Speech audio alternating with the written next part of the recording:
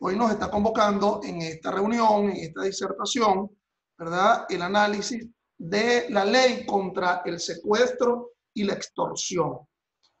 En otras oportunidades yo he mencionado que el Código Penal, bajo los procesos de codificación que se han dado en todos los países, y en Venezuela no hemos estado aislados de ello, es decir, el código fundamental, ese código de 1889, que surgió por la vía de la copia del Código Penal Español, que a la vez copió el Código Sanardelli, ya contemplaba inicialmente el delito de secuestro y de extorsión. Ese Código Penal, que en la versión actual del año 2001, estamos hablando en abril de 2020, ese Código Penal contempla o contemplaba los delitos de secuestro y de extorsión, pero bajo un proceso de vaciaje de ese Código Penal que se ha venido estructurando en los últimos años y se ha procedido a legislar a través de leyes especiales o inclusive a través de leyes orgánicas, delitos que en una forma clásica ya estaban incorporadas dentro del Código Penal. Bueno, lo mismo ocurrió con respecto al secuestro y la extorsión, que aunque se encontraban clásicamente ubicados dentro del Código Penal, pasan ahora a ser regulados, a ser tipificados en esta especial ley contra el secuestro y la extorsión. Esta ley contra el secuestro y la extorsión ha sido analizada por muchos autores. Yo en el chat les decía que les recomendaba especialmente este trabajo, ¿verdad? Análisis jurídico de la figura del secuestro en la legislación venezolana, que fue abordada como una tesina de especialista por parte del abogado Elinor Campo Gutiérrez, un trabajo interesante, especialista en ciencias penales y criminológicas de la Universidad Central de Venezuela. Ya les mencionaba, les envié por el chat el sitio, pero de igual forma hay un trabajo interesante, realmente valioso, un libro de carácter exegético, el que tienen ustedes ante sí en la pantalla, publicada por este buen profesor de la Universidad Católica, de la Universidad Central de Venezuela, Alejandro Rodríguez Morales, que es un trabajo exegético sobre la ley contra el secuestro y la extorsión comentada. Bueno, esta ley contra el secuestro y la extorsión, decía yo, que contempla, pues, en su articulado, la figura del secuestro, el secuestro agravado y la extorsión, ¿sí? Vaciando de alguna forma la figura clásica, ortodoxa, que se encontraba ubicado dentro del Código Penal. Fíjense que es interesante lo que se verifica en el artículo 2 de dicha ley, cuando se dice que la ley es aplicable a las personas que perpetren las conductas tipificadas como secuestro y extorsión en el espacio geográfico de la República contra los ciudadanos venezolanos y extranjeros. Es decir, recuerden que este es un delito pluriofensivo y que por lo tanto, en el caso del secuestro, se está afectando la propiedad, la propiedad de quien es exigido, ¿verdad?, del que es conminado a pagar un rescate, pero también se está afectando como bien jurídico, pues obviamente la libertad, la llamada la libertad ambulatoria. Entonces, siendo un delito pluriofensivo, tendremos la posibilidad de que sean plurales víctimas, a menos que se dé la circunstancia, ¿verdad?, de que frente al propio que se pierde la libertad, la llamada libertad ambulatoria, y que se mantenga en un tiempo que no conduzca a la noción concomitante del delito, porque entonces ello sería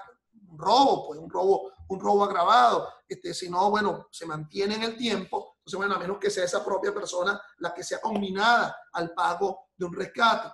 En todo caso, lo que yo quiero significar con respecto al artículo 2 es que se indica allí que sea contra los ciudadanos venezolanos o extranjeros que en ella se encuentre, como lo indica el infine, pues, de la norma que tiene frente a ustedes, o cuando sea ejecutado contra sus derechos, intereses o bienes que se encuentren dentro o fuera del espacio geográfico de la República de Venezuela. Obvio entender que si, como a renglón seguido analizaremos con respecto al artículo 3, el delito se perfecciona con la simple privación de la libertad, prescindiendo de que aún se haya exigido el rescate, bueno, esa privación de la libertad ha de ocurrir en el ámbito venezolano para que atraiga la competencia a los tribunales nacionales, ¿verdad? En atención a la llamada competencia en razón del territorio, donde se ubica la comisión de este delito, además plurisubsistente y además un delito de carácter permanente que implica varios actos ejecutivos, como lo analizaremos cuando veamos el artículo 3. Pero entonces, si esa privación de la libertad ocurre en Venezuela y ya con la privación de la libertad con una finalidad ulterior de pedir un rescate ya se perfecciona el delito, pues evidentemente esa privación de la libertad ya atrae la competencia, pues la trae la competencia en el ámbito nacional, por como se establece, pues, entre otros artículos, a partir del artículo 3 ¿cómo se llama? Del Código Penal, ¿ok? Entonces, fíjense que con respecto a esto del momento consumativo del delito de secuestro, bueno, esto ha sido realmente tratado por la jurisprudencia del Tribunal Supremo de Justicia, pues en diferentes oportunidades. Pues yo creo que lo importante, en todo caso, es atender a la redacción del propio artículo 3 de la Ley contra el Secuestro y la Extorsión, que es el que define la figura, pues, la figura de este secuestro. Entonces, veamos lo que nos indica el artículo 3 de la Ley contra el Secuestro y la Extorsión. ¿Okay? Entonces, bueno, allí se indica, pues, que, disculpen, esta no es la lámina que tenía pautado, ¿verdad? Otra es la lámina.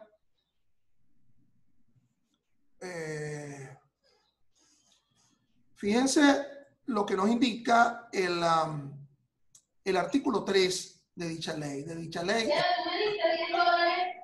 Por favor, quisiera que dejaran es decir, que desactiven los micrófonos.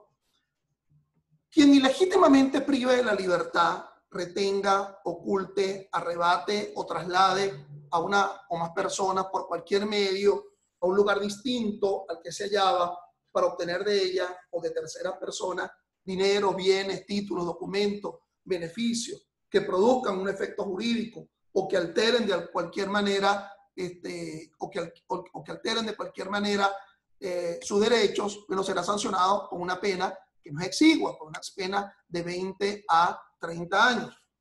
Lo primero que hay que significar acá es que, a diferencia de lo que establece el Código Penal, que establece dentro de la propia redacción del artículo ya derogado del Código Penal e inserto dentro de la Ley contra el Secuestro y la Extorsión, que es la palabra secuestro. ¿Okay? Entonces, la palabra secuestro, pues, ya deja de estar presente en la propia redacción del tipo penal regulado en la ley contra el secuestro y la extorsión. Ya esa palabra no es la que está allí presente, pues, sino que se habla de una privación de la libertad y luego se pasa a ubicar una serie de referencias de actos ejecutivos, ¿verdad?, presentes en dicha ley.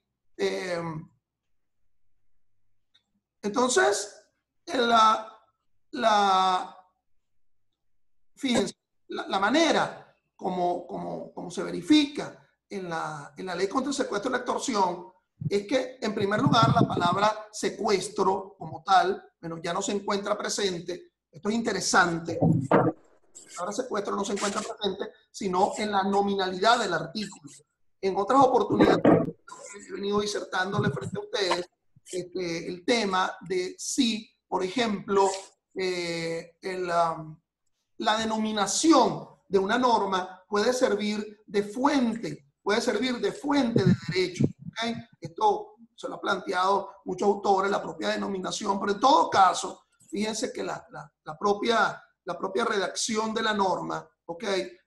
Abordando, no utilizando la palabra secuestro, pero sino derivando una serie de verbos o una serie de actuaciones, bueno, se desemboca finalmente con lo que indica el párrafo primero de dicho artículo 3, es decir, incurre en la misma pena, la pena de secuestro, aun cuando el perpetrador no haya solicitado a la víctima o terceras personas o obtenido de ella dinero, título o beneficio. Es decir, aun cuando el importe del pago del rescate pues ni siquiera se haya exigido, ya se configura, se perfecciona el delito de secuestro. Es decir, con la simple privación de la libertad.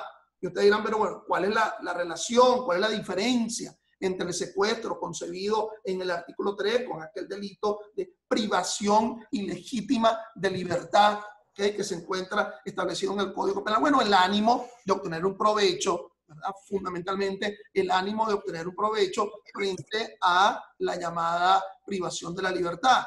Entonces, ello configura pues o diferencia ese delito de secuestro frente a otro tipo de figura. Hay otra figura que es importante atender la diferencia, que es el secuestro con respecto al llamado robo agravado. Entonces, bueno, esto no ha dejado de ser tratado por parte de la jurisprudencia, y en el caso de la diferencia se habla de que la noción, la diferencia entre ese robo agravado, que tiene una menor pena y que se encuentra descrito, tipificado en el artículo 458 del Código Penal, en primer lugar, alude a la noción concomitante de uno, del robo, es decir, es una relación inmediata, esa libertad es tan pronto por vía de la coacción, del constreñimiento, se obtenga el bien mueble que como de mano del propio robado al cual se constriñe, siendo que en el caso del secuestro, bueno, se permanece en un ámbito de tiempo un tanto mucho más inmediato la exigencia de un rescate. Aun cuando, como lo veremos al renglón seguido, en el artículo 4 se establece la figura, en el artículo 4 de la Ley contra el Secuestro y la Extorsión, la llamada figura, aquí alguien dice acá que no tiene audio, pero yo creo que me están escuchando, la figura del llamado secuestro breve, ¿ok? Vamos a abordar esa figura del secuestro breve, ¿verdad? Conforme lo establece el artículo 4 de la especial ley. Entonces se dice en el 4, quien simule estar secuestrado o secuestrada con el propósito de obtener dinero, bienes, títulos, acciones, etcétera, etcétera. ¿Ok? ¿De quién? Entonces fíjense que hay, si se quiere, una calificación del sujeto pasivo en el sentido de que a quien se le vaya a exigir el pago del importe, ¿verdad?, del rescate por esa aparente privación de la libertad, bueno, ha de ser alguien con la cual se vincule en un grado parental. Se dice que tiene que ser parientes, consanguíneos o afines. Fíjense que no se establece el grado, ¿verdad? Entonces, podría decirse, bueno, si el derecho penal se asume en una noción sistémica, bueno, y en otras partes de la norma, y a partir del propio texto de la Constitución, en el 49.5, cuando se dice que la noción de parentela cercana es aquel que se halle dentro del cuarto grado de consanguinidad o segundo de afinidad, o el cónyuge o el concubino, pues tendría que ser dentro de ese ámbito, pues dentro de ese ámbito de relación tan estrecha, la víctima, porque esta víctima sería obviamente la víctima de contenido patrimonial, puesto que ciertamente nadie se encuentra realmente secuestrado, es decir, no hay más que una simulación de un hecho. Fíjense que aquí pudiera darse un problema de antinomia. Y antinomia es cuando el mismo supuesto de hecho está siendo regulado por diferentes consecuencias jurídicas. Es decir, detrás de esta figura de la simulación del secuestro, para muchos de los que me están escuchando, lo que podemos estar en presencia es de una estafa que se encuentra presente dentro del artículo 462, ¿verdad?, del Código Penal. Pero entonces, bueno, ¿qué aplicar? Bueno, en primer lugar, uno tendría que decir, ley posterior, pero deroga a una ley anterior, sustituye a una ley anterior. La ley contra el secuestro y la extorsión es una ley posterior, siendo ella del 2009, es una ley posterior al Código Penal. Pero además, ley especial, bueno, sustituye a una ley genérica. Entonces, bueno, siendo que el secuestro, la ley contra el secuestro y la extorsión solamente establece la figura, pues, del secuestro, como único ilícito, y el Código Penal establece una regulación amplia frente a determinados delitos. Entonces, ciertamente se impone la llamada ley especial. Entonces, bueno, recuerden que en este caso, al no haber realmente alguien secuestrado, pues la víctima fundamentalmente es a quien se le está exigiendo el pago de ese rescate, pues diciendo que esa víctima pues se califica a partir de lo que se establece en la noción parental o la noción de relación funcionarial que se verifica en el artículo 4 de la ley contra el secuestro. ¿Ok? Entonces, pasemos a analizar otra figura allí descrita en la ley contra el secuestro, que es el llamado secuestro con fines políticos, que se establece en el artículo 5. Y esta incorporación de un secuestro con una finalidad política formó parte de la reforma del Código Penal del año 1964, si mal no recuerdo. Entonces, bueno, en el año 1964 se incorpora. Pero fíjense que este artículo 5 de la ley contra el secuestro se establece una finalidad, una neta finalidad, una noción culpabilística en el sentido de que se está secuestrando a alguien como parte de una conspiración contra la integridad de la nación o sus instituciones o con la finalidad de atentar contra la estabilidad de los órganos del poder público.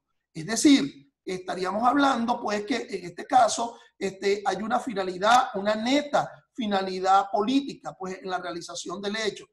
De alguna forma, esto nos ubicaría en una posición, ¿verdad? Nos ubicaría en una posición de concurso ideal de delito. Entonces, de aquello que está regulado en el artículo 98 del Código Penal. Es decir, se está secuestrando a alguien con la neta finalidad de participar dentro de una circunstancia de sedición, de conspiración contra la forma republicana. Algunos de estos delitos que se encuentran ubicados pues en el libro primero del título segundo del Código Penal. Y ciertamente si el secuestro es una modalidad para la realización